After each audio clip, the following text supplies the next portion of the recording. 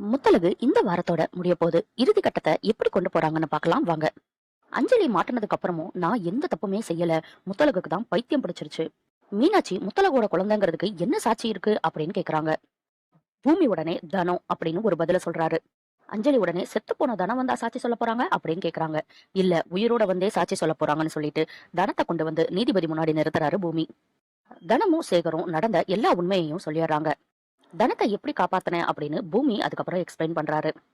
காலையில அந்த பில்டிங்ல இருந்து சத்தம் வந்தனால நைட் என்னன்னு பார்க்க போனேன். மூட்டையில யாரையோ கட்டி தூக்கிட்டு போயிட்டு இருந்தாங்க. ஃபாலோ பண்ணிட்டு போய் யாருன்னு பார்த்தா தனம் இருந்தாங்க. நான் ஷாக் ஆயிட்டேன்னு சொல்றாரு. இதெல்லாம் பேசிட்டு இருக்கும்போது முத்தழகு அந்த இடத்துக்கு வந்து, இனி என்ன பேசி என்ன பிரயோஜனங்க, எல்லாமே வேஸ்டா போயிருச்சு, நம்ம வாழ்க்கையில தோத்துட்டோம்னு சொல்லிக்கிட்டே உள்ள வராங்க. எல்லாருமே ஷாக்கா பார்க்க, எவ்வளவோ உங்ககிட்ட சொன்னேனே அஞ்சல, குழந்தையோட வாயை பொத்தாதீங்கன்னு, நீங்க கேட்கவே இல்லையே, என்ன ஆயிடுச்சு பாருங்கன்னு சொல்றாங்க. அஞ்சலி உடனே பதறி போய் அவங்க வாயாலேயே உண்மை எல்லாத்தையுமே ஒத்துக்கிறாங்க. மீனாட்சி, என் குழந்தைக்கு என்ன ஆச்சு, உங்க 2 பேத்துக்கு பிறந்த குழந்தையா இருந்தாலும் நான் அவளை பாசமா தானே பாத்துக்கிட்டேன்னு சொல்லிடுறாங்க. நீதிபதி எல்லாத்தையுமே நோட் பண்ணிக்கிட்டு இருக்காரு. உங்க வாயால உண்மை வரணுங்கிறதுக்காக தான் இப்படி சொன்னேன்னு முத்தழகு சொல்றாங்க.